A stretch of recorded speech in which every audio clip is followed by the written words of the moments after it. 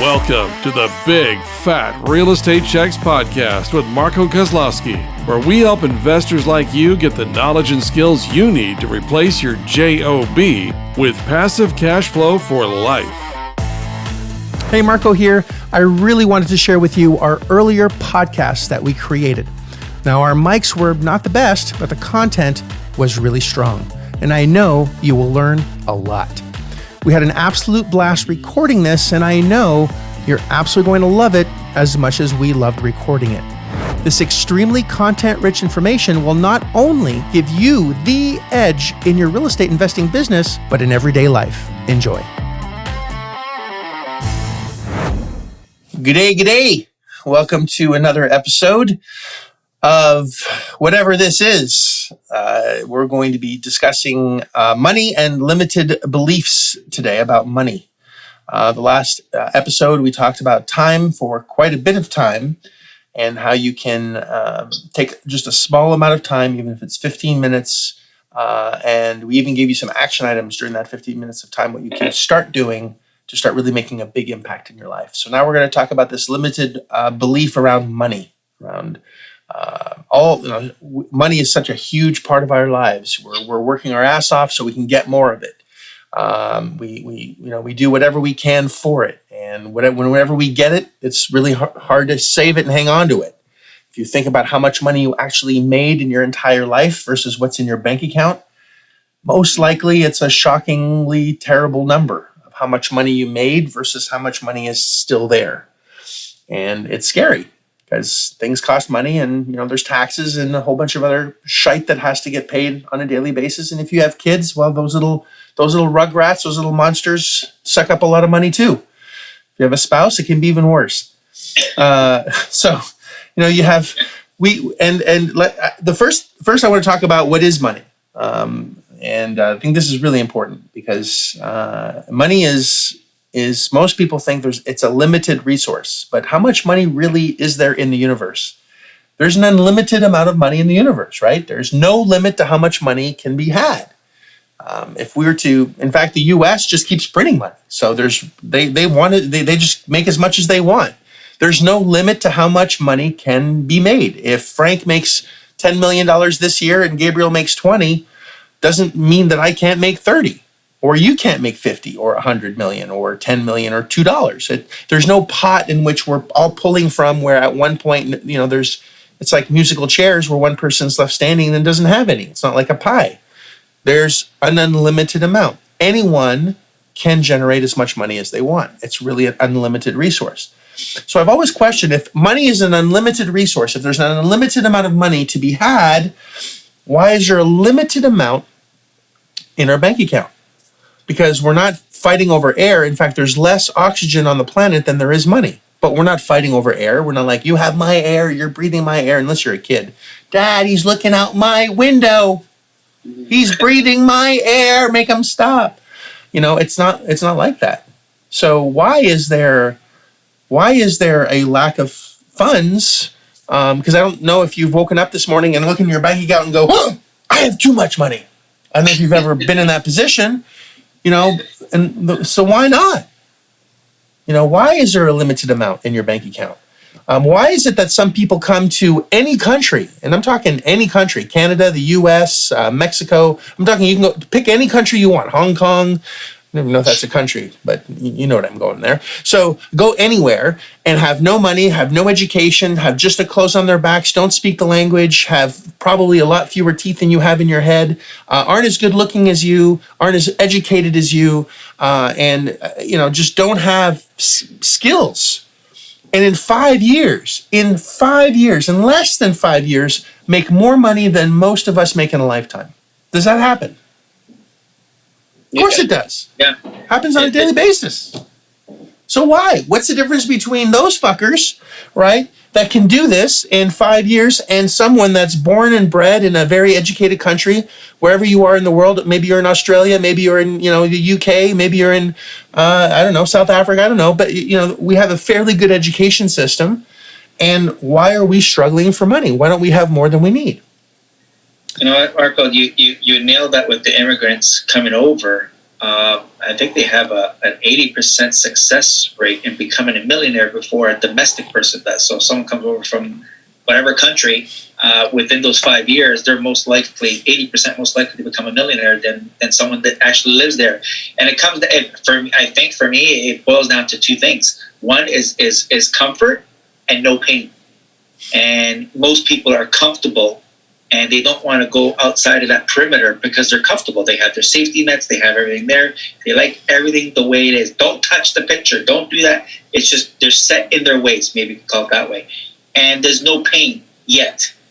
And when there's no pain, you're not focused or you're not driven. That's the driving force. That's the fuel for that's the fuel for the engine.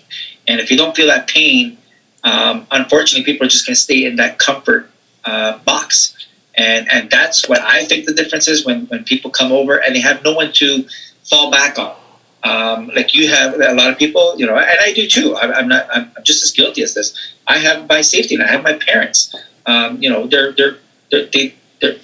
not rich or anything, but they're well-to-do. They have modest, and you have that they're in the shadows basically. So if something happens to Franco, I can always fall back on my family or my sister or someone to help me out. Those people that come over feel a pain, and with that pain they have a drive, and it's being focused. But until you get out of your comfort zone and have that pain, you're going to be stuck in that realm. No pain, no gain. Yeah, literally. That's the only expression I think is actually accurate. Because if you don't have some sort of pain, you're not going to make gains in a direction. You're not going to grow in a different direction. When a plant has, if their sun is over here and there's a and they're growing over here, they're going to grow towards the sun. And if something happens over here, they're going to look for the sunlight. They're always going towards where the light is. And if you're not growing, you're dying. And so, Gabe, chime in here with your. I'm thinking about what you guys said, and the no pain, no gain. I mean, I've lived it, firsthand. That there was a sense of urgency that got developed and put me against the wall. I have no choice. But I'd like to think about the listener that's out there, and that maybe there are some that come from a comfortable family background, and that went to school, got a good job. Maybe they're making a job in the high 5 figures, low 6 figures. Someone like that. How do they experience pain, or when do they experience pain? Because not everybody does experience necessarily a life-altering, painful scenario, and but it doesn't mean that they don't have a right to have a life that's plentiful and with a lot of time as well. So I'd like to touch on that. I don't know, maybe your opinions. I know that you've been in the game a lot longer, Marco, than we have, but that's the feeling I get sometimes when I meet some people where, well, I make good money, my wife makes good money. Now, it depends what their value system is, right? But a lot of these people are sacrificing a lot of their time so they don't see their children. Maybe that's one thing. Or they can't go on, or they can't go on a lot of vacations because they can't get their same vacation schedules with their wife fixed up. Whatever the case may be. What can be considered pain? Well, that's different for everyone. For me to not be able to afford something is painful. If my pain threshold has changed, and what most people would think is painful is very enjoyable to me. So that could actually be a completely separate episode on defining our pain and what we can do to fix it. Someone wants to write that down. I think it's going to be important to address that. But let's just get back on track with money for a second. How much is there a limited amount of money for anything? So if I want to get into the business of like Facebook, the guy created Facebook, right? Zuckerberg creates Facebook so he can have more friends. And he creates a platform where, it's literally $1 billion industry. And he started, it's not his money that he used, it's other people's money. And there are always going to be people that are very wealthy that have money. And what do wealthy people want to do with their money? They want it to grow.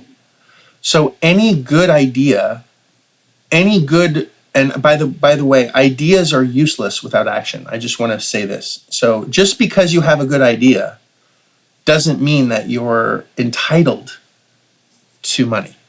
Just understand this. This whole idea around money, I'm going to replace the word money with value. If you can give someone value, then you have value, meaning that you can exchange your value for something that is measured, which is money, right?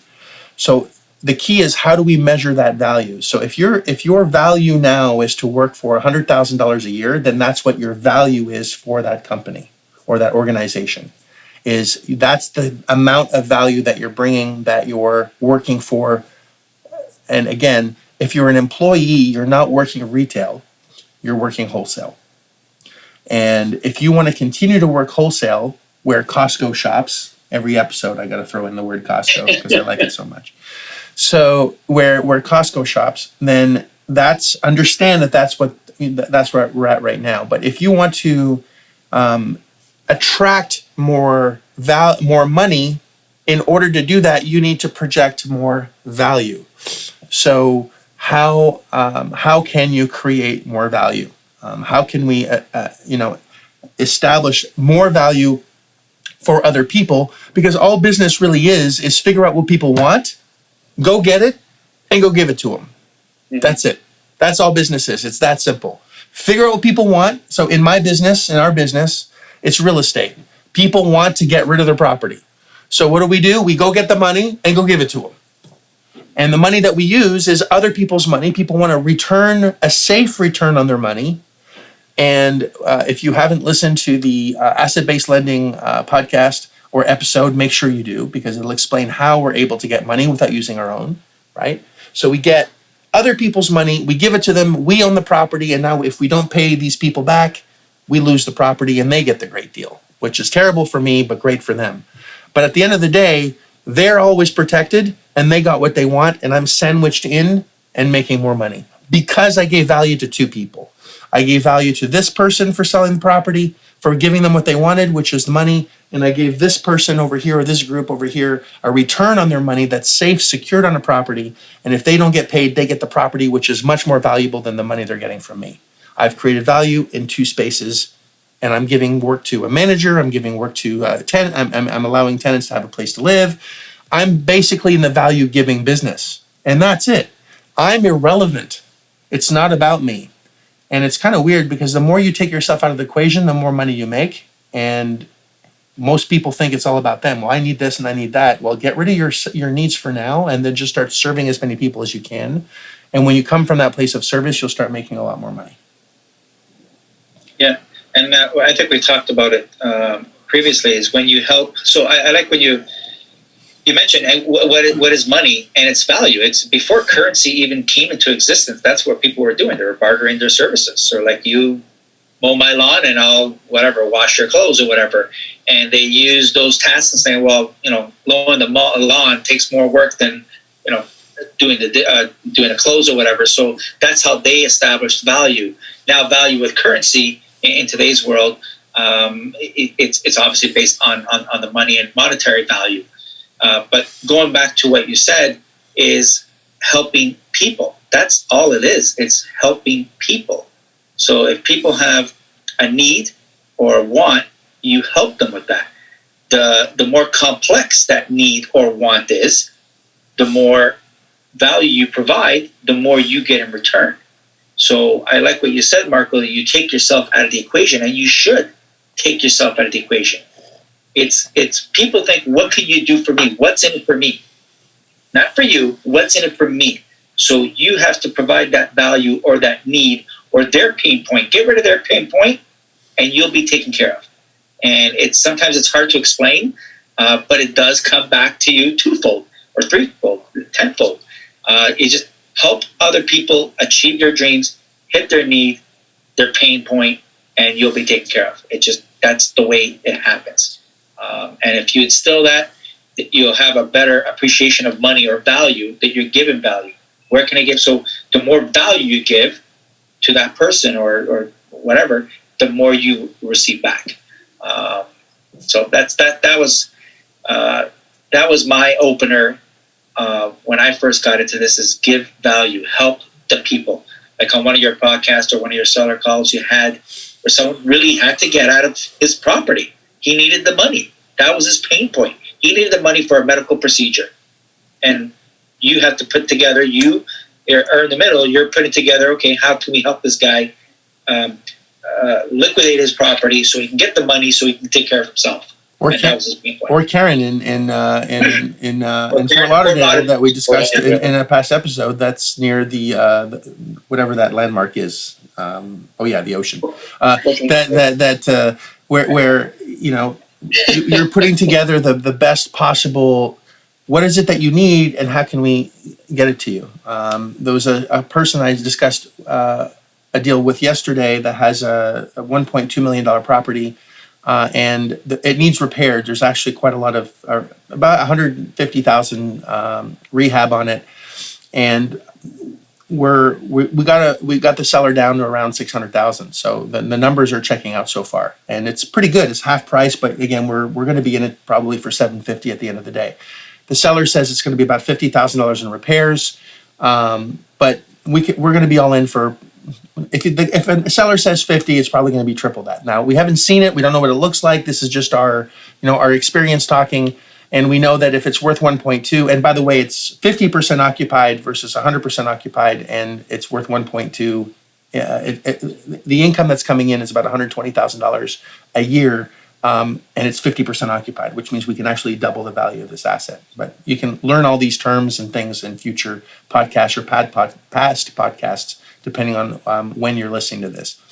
But the guy, we need our posture, our position is that we need to be under 600,000, because I know we can get up to about $800,000 on this deal from somebody else. But I want to squeeze out a little bit more so we can have some closing costs and we don't have to use any of our own money. I promise I'm landing the plane in a second. All right, before you guys get too bored.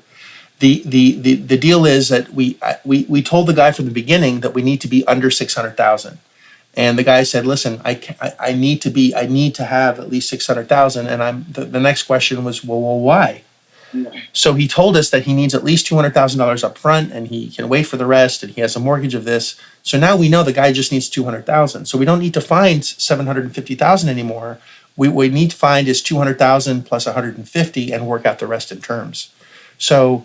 And he'll be happy with that, and we're going to be happy with that. So we're no longer looking at the whole amount of money that we need to find. We're now needing to find a lot smaller amount that's actually less than half of what we thought we would have to find. And that's, on a $1.2 million property, coming up with $350,000, which includes the repairs, is a no-brainer to anyone that wants to lend us the money because they're well protected. So that's the point, is if you can really listen to what people want, then you're able to give value to what people want. Then you're able to generate money out of that, because all money is a reward for solving problems. I'm going to say it again. All money is a reward for solving problems. If you don't like the money you have, solve different problems. That's it. Solve better problems, you'll start making more money.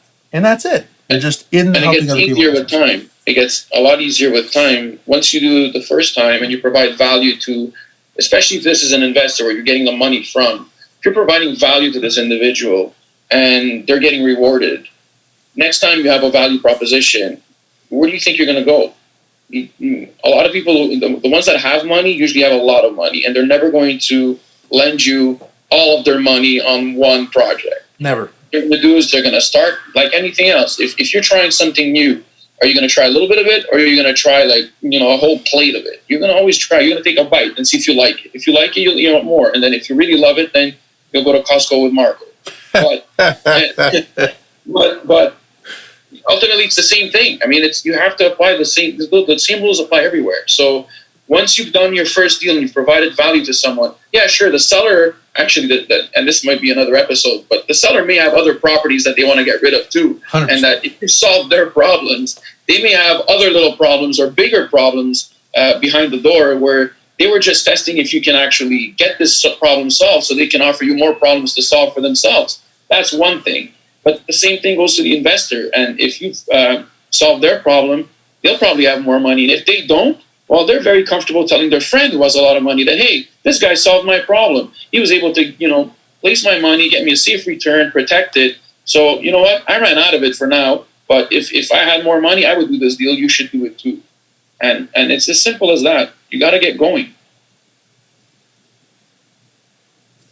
Yes, absolutely. So if someone thinks, well, there's no money to be had, the answer is there value in it for the person that's going to be giving you the money?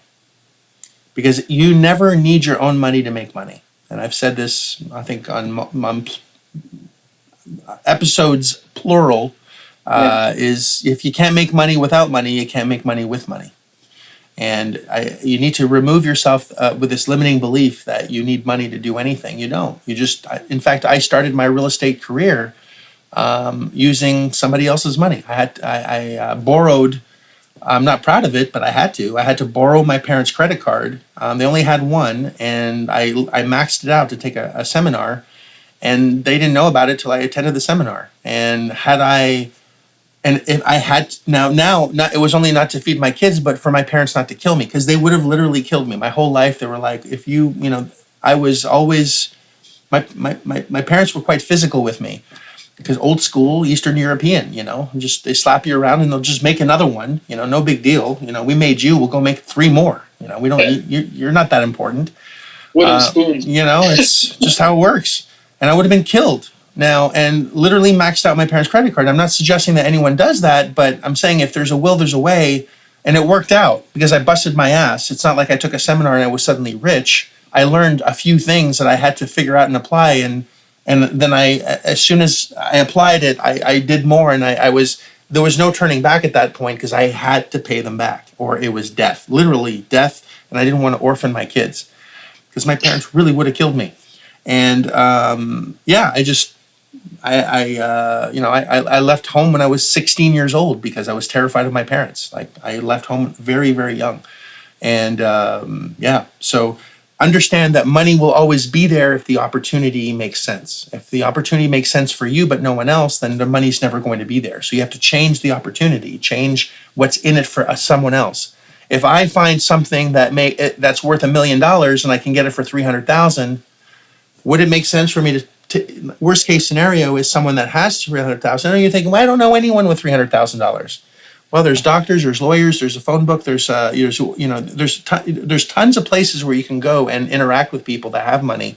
And the next question is how do you interact with those people, which is going to be a separate episode on how to actually attract people with money. Because I wasn't born with this skill. Gabriel, you weren't born with this skill. Frank, definitely not born with this skill. Where'd Frank go? I don't know. I was just thinking the same thing. Maybe he's gone to learn how to attract people. Yes, he's got to learn to attract people with money. Or he's at Costco. Did you give him a list? Yeah, it's like, oh my gosh. Did he disappear? I don't know. Probably forgot to plug his in. Maybe, he probably forgot to plug it in. He doesn't know where the plug is. So it's, it's learning to attract and understand that if someone has a lot of money, they have a new problem, which is how to make their money grow. Yeah. So if you understand how to help a wealthy person's money grow, you're going to make money doing that. If you're able to if someone that has money, I have a lot of clients that are doctors and I didn't grow up around doctors. I had to figure out how to communicate with doctors. And the unique problem with doctors is they're great doctors, but they're usually terrible with money. And I say usually. I'm not saying all doctors are bad with money, but usually they have an investment problem. They want their money to grow in a safe, in a comfortable environment. And if a doctor can make 6, 7, they're making a 4, 5, 6% return, they're generally happy. But if I can make them a 7, 8, 9% return, they're even happier. So they're going to take the money from where it was making to something that's a little bit more aggressive. And now I have their money to do something with, as long as I protect it. So there's no shortage of money. And those doctors specifically have a unique problem where even though they make large paychecks, they're still trading their time for money. And they trade a lot of it for the money that they make. So even though they make a lot of money, they don't have time to actually go out and invest it and do their own research and do this wisely. So they need people like us, like Marco, like you can become in that you can find them safe places to park their money and make them a return that's going to make them happy and help their family in the long process, while not worrying about it, and they can still keep doing what they like doing, which is whatever it is that they do, whether it's surgery or what. Same thing applies to a lot of actually professions. It's a lot of big time accountants, big time lawyers. They all have the same problem. They make big bucks, but they trade a lot of their time for it. That's exactly right. And if they have money, but they want to have their money grow for them so they can get out of their job, then if you have the time, if you have the skill sets, you don't need a lot of time for this. If you have the skill sets, you could find the opportunity, marry their money with the opportunity, put yourself in between, and make yourself a fantastic cash flow just by helping someone that has no time but has money. You have the little time and the skill sets to be able to find these deals. You put them together and you sandwich yourself into the return. So you're paying them maybe an 8% return. The property is making, let's say, a 12% return, and you're making a 4% spread. Now, you might think, well, 4% is nothing. Well, 4% per million is $40,000. And you own the property and there's equity in the property. So that's $40,000 of cash flow a year on that one deal. Do 3 of those, that's $120,000 a year. And remember, the property's being managed by somebody else. The tenants are paying. You're not dealing with Jerry Springer tenants. And you're helping. And by the way, if you're helping a doctor or someone that has money grow their money at a nice return, guess what they're gonna, when you pay them back, what are they gonna want to do? Give you more money, tell their friends about how well you did for them, and suddenly you have 3 doctors. And then those 3 doctors tell 10 doctors. And doctors go to conferences that tell other doctors. So it's, or lawyers or pharmacists, or you pick the industry, whatever that is, but there's always someone that has a problem, which is, I have money and I don't know what to do with it. And I know you might think that's not true, but Apple has billions of dollars and they have a huge problem and they have too much money and they don't know what to do with it. And I was going to say, it's a lot harder to grow or keep and grow your money than it is to make it. As silly as that may sound to people, once they've made a lot of money, they don't know how to grow it. All they're going to do is lose it. And they have to find the right way to grow their money, or else they will end up spending it or losing it. It's inevitable. And if it's not them, it'll be in their children's hands, and then they'll find a way to squander. Well, and you might think, well, shit, just put it in the bank and it's done. Well, what's the bank going to give you in returns? Like my parents have always said, you make money, you put it in the bank. Put the money in the bank. Marco, put the money in the bank.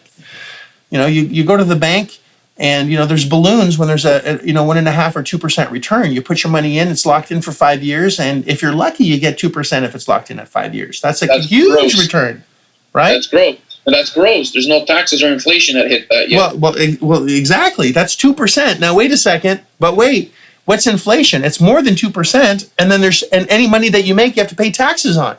So exactly right. Thank you, Mr. Accountant. You're actually losing money putting money at 2% in the bank. You have to actually make, I think, 4 or 5 before you actually even break even. But the bank's never going to give you 4 or 5%. It's never going to happen. So the money that you put in today is worth more or worth less tomorrow. It's worth less. So the money you put in today is worth less tomorrow. Money in the bank is worth less. Worthless. Money in the bank is worthless. It actually would make more sense, even though I don't recommend it, to leave it under your mattress the old school way, because then you won't lose. Well, you won't lose. You won't have to pay taxes, but there's no return. So again, mattress money is fine, but you got to do something with it, and you have to turn that into an asset of some kind, or an investment of some kind, and we'll have the house doesn't burn down. We'll have that's a new problem. There's a whole episode that we can discuss on how assets are created, which is assets to cash back to assets, but that's a whole other episode. So, is there a lack of money? Well, money makes the world go round. We need money. The money is everywhere, and the question is if you don't have enough of it, it's your behavior that's going to stop you from actually making more. It's not any other skill set but behavior. If you behave like a wealthy person, you will start being wealthy. If you start behaving like a broke person, you will stay broke. That's it. And my definition of broke is quite different than most. My definition of broke is having 2 commas in your bank account. All right? Having access to 2 commas. Now, not necessarily in your bank account, but access to it. Meaning that if you can If you need $1 million tomorrow that you can pick up a phone and it can be there within a few days, that's the kind of skill sets that I would love for you to have, because you've given so much value to so many people that it's not hard for you to generate income very, very quickly by the value that you bring to the table. And if you can do that, you're going to be wealthy for the rest of your life, in time and in money. Because wealth is not just money, that's rich. And many people want to be rich, but I think rich is terrible, because people that are rich have no time. What's the point of busting my ass making all this money and never having the time to enjoy my life? What a terrible, terrible life that would be. I would rather be able to wake up at the crack of noon, scratch all day long, do whatever I want to do, and not have to do anything, and still have all the money I need to buy whatever I want. Gabe, any closing thoughts? Oh, I mean, that's pretty much it. It's, for me, time is a lot more important than money, and just that money with time makes it a lot more fun. So you just got to go out there and believe in yourself, and the skills that are required to do this are very easy to acquire if you learn the right way and you keep applying it. It's a lot of you, I don't know what you do for a living, but if you're a plumber, you went to plumbing school, you learn how to do all the plumbing stuff, and then you got to go solve other people's problems who have toilet problems or plumbing problems, and you get paid for that. This is the same thing, except that you don't need a license to learn these skills and to apply them. All you need to do is go out there and apply them and add value to as many people as possible, as many people's lives as possible. And you'll be able to reach whatever goals you have, and then create a lot more money and time. And time can buy your time. Money can buy your time back. And in this business, your average profit per door is around $200. So if you make $5,000 a month, divide that by 200. You're 25 doors away, 25 tenants away from being free, from never having to work again, and make $5,000 every month for the rest of your life. That's it. You're only 25 doors away, and that's all. Now, the key is, can you buy those 25 doors with your own money? Why would you need to if you can use somebody else's money and help them as well? So solve more problems, solve your own problems, everybody wins. Perfect recipe. There you go. Hopefully that was helpful. I hope Frank's okay. I actually reached out to him. He hasn't responded. So I hope that I don't know what's going on, but on behalf of next episode, find out on the next episode what happened to Frank. All right, guys. Thanks so much for listening in. Appreciate you, Gabriel, and have yourselves a fabulous day. Take care for now. If you like this episode of Big Fat Real Estate Checks, then show some love by leaving a comment and a good rating. Also, as a thank you for tuning in today, we've got a special free gift. The journey to passive cash flow for a life starts by finding deals, and it's easier than you think. Simply go to getdealsbytuesday.com, enter your email address, and we'll send you a free quick start course called Deals by Tuesday. Even if it's 11 p.m. Monday night, this course will show you how to find discounted real estate deals by Tuesday. It's that fast and simple. Go to getdealsbytuesday.com and start your journey toward life-changing cash flow today. Thanks for tuning in, and we'll see you on the next episode.